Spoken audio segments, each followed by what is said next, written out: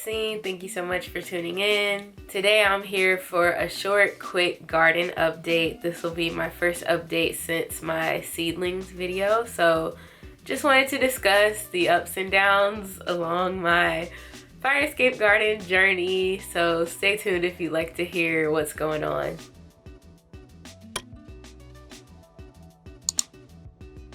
Okay, so as you can probably see by the title, my seedlings died. Every single one of them. It was a funeral. I think the main reason they died was because I just wasn't really monitoring them.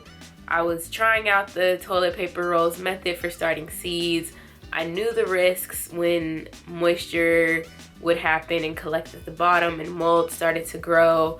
I feel like at that point I should have just transplanted all of the seedlings that were surviving into their prospective pots, or maybe slightly larger pots, but I didn't do that. I was lazy. April and like most of May was a little busy for me, but ultimately I was just avoiding it. I just kept saying I have time, or I don't know what I was thinking, but I want to be fully transparent on this channel. I don't consider it a failure. I consider it a learning experience, and I know next time I'm gonna be on those seedlings and they're not gonna die. Yeah, so lesson learned, definitely.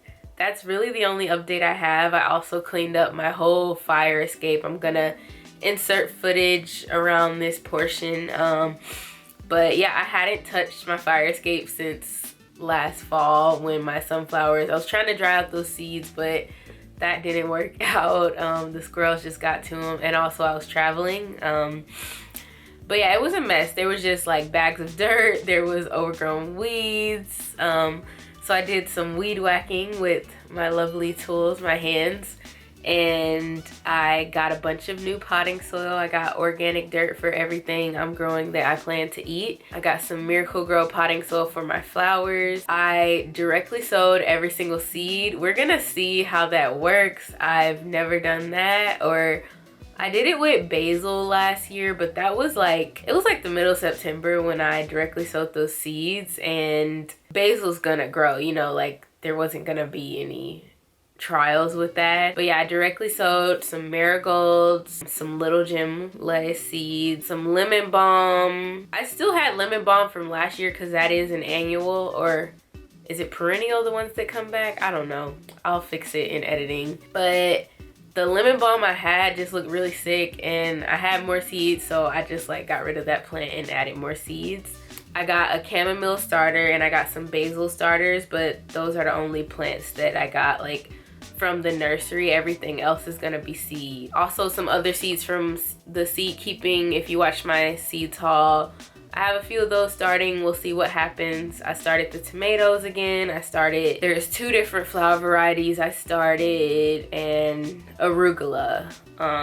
So I'm starting pretty small. We're gonna see what happens. I have a good feeling about it. I mean, it's the end of May, but last year I started the end of July and I still got some tomatoes. I still got some very great methods. I hope to actually get some chamomile flowers this year. Like that's one thing I really want to happen. But yeah, that's my garden update. Thank you guys so much for keeping up with me.